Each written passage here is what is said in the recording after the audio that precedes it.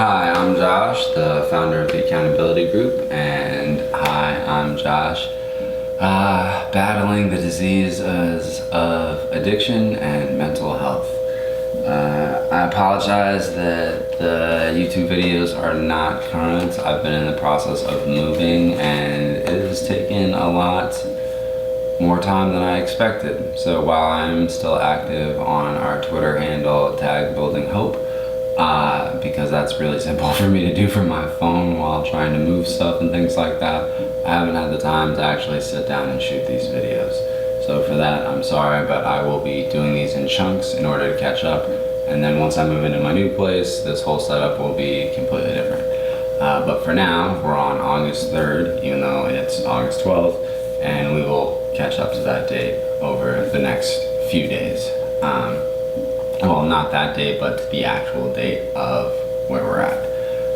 And what I'm reading is the actual day that we're on. But today, I'm reading August 3rd, even though it's August 12th. Just for today, trusting people.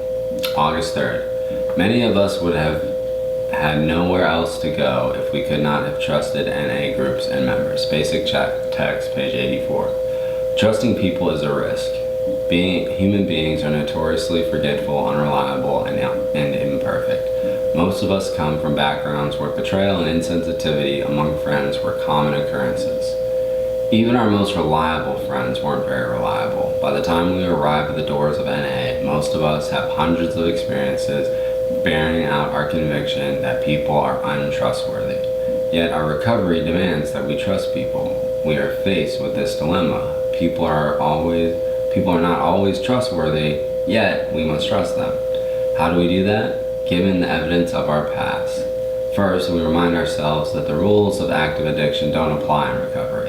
Most of our fellow members are doing their level best to live by the spiritual principles we learn in the program. Second, we remind ourselves that we aren't 100% reliable either.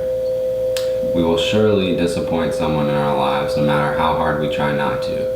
Third, and most importantly, we realize that we need to trust our fellow members of NA. Our lives are at stake, and the only way we can stay clean is to trust these well-intentioned folks who, admittedly, aren't perfect. Just for today, I will trust my fellow members, though certainly not perfect, they are my best hope. Yeah, trusting people was definitely a hard one for me. As my friends sometimes jokingly give me a hard time, it's like, I was built for COVID. They sent me this Bane mask meme that they created where it was like, everyone else got used to COVID, whereas Josh was born for COVID, because I literally just use my whiteboards, my projector for VR and AR, and sit in front of my multiple computer monitors and program away on my keyboard. But yeah,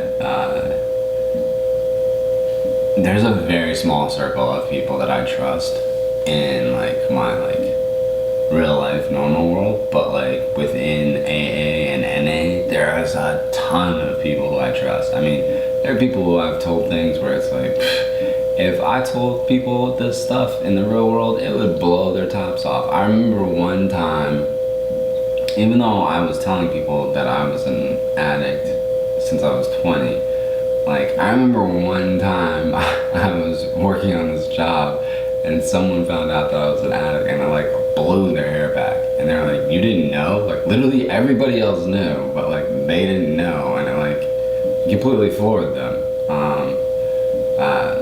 And that doesn't really equate to trust issues. It was just kind of a funny anecdote that I was thinking about, because it was one of those things where I guess this individual was kind of less trusting of me because they didn't realize that I was working a program and staying sober, and therefore would not necessarily assign me certain things that were larger tasks, because there might have been a potential for me to relapse, even though that is not the case. Knock on knock on wood. Because let's be honest, I've seen someone with 32 years get up and pick up a silver chip crying. So we have to work our programs with intentional willingness and vigilantly, like constantly. All we have are these 24 hours. If we stayed sober yesterday, that's great, but we just have these 24 hours. Excuse me, I am going to sneeze, most likely in the near future. Trying to hold it back, but that's probably TMI.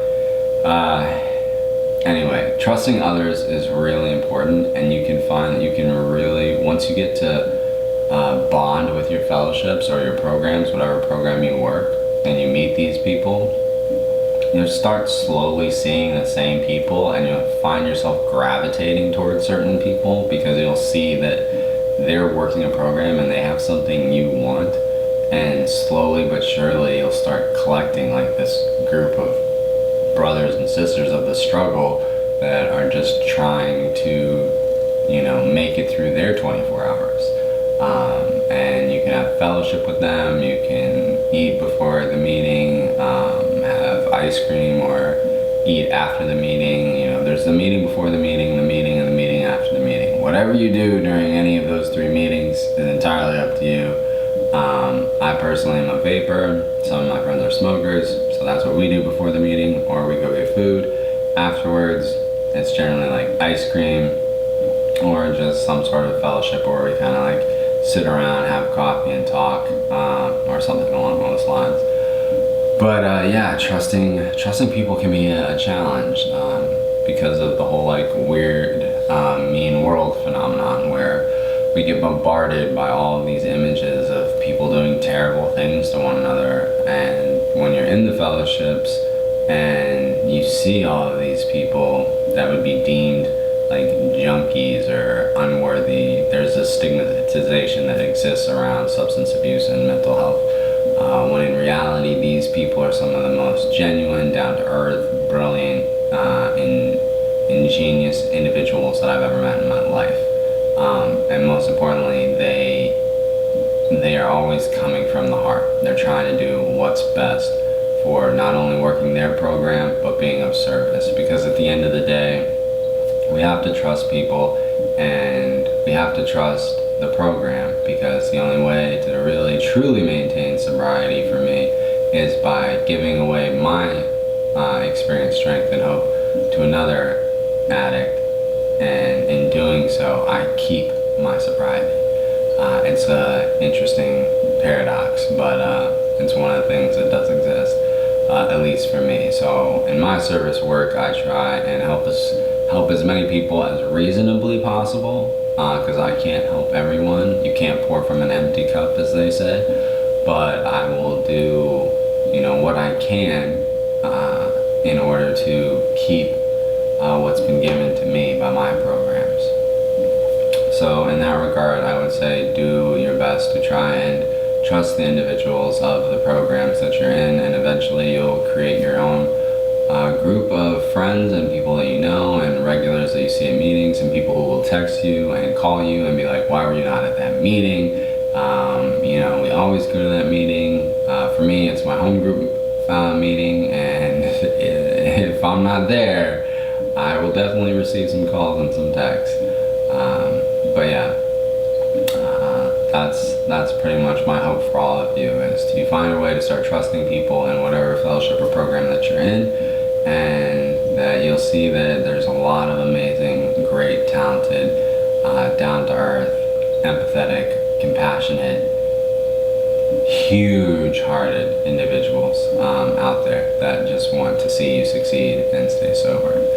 So please subscribe to our channel, like our videos, and most importantly, comment in the comment section. That way newcomers can ask questions or unburden themselves, and people with time can explain what's worked for them, and maybe that will resonate with someone who's already shared in the comment section or someone who's just reading the comment section. With that, I would just like to say I'm Josh, the founder of the Accountability Group, and I am Josh, still battling the diseases of addiction and mental health.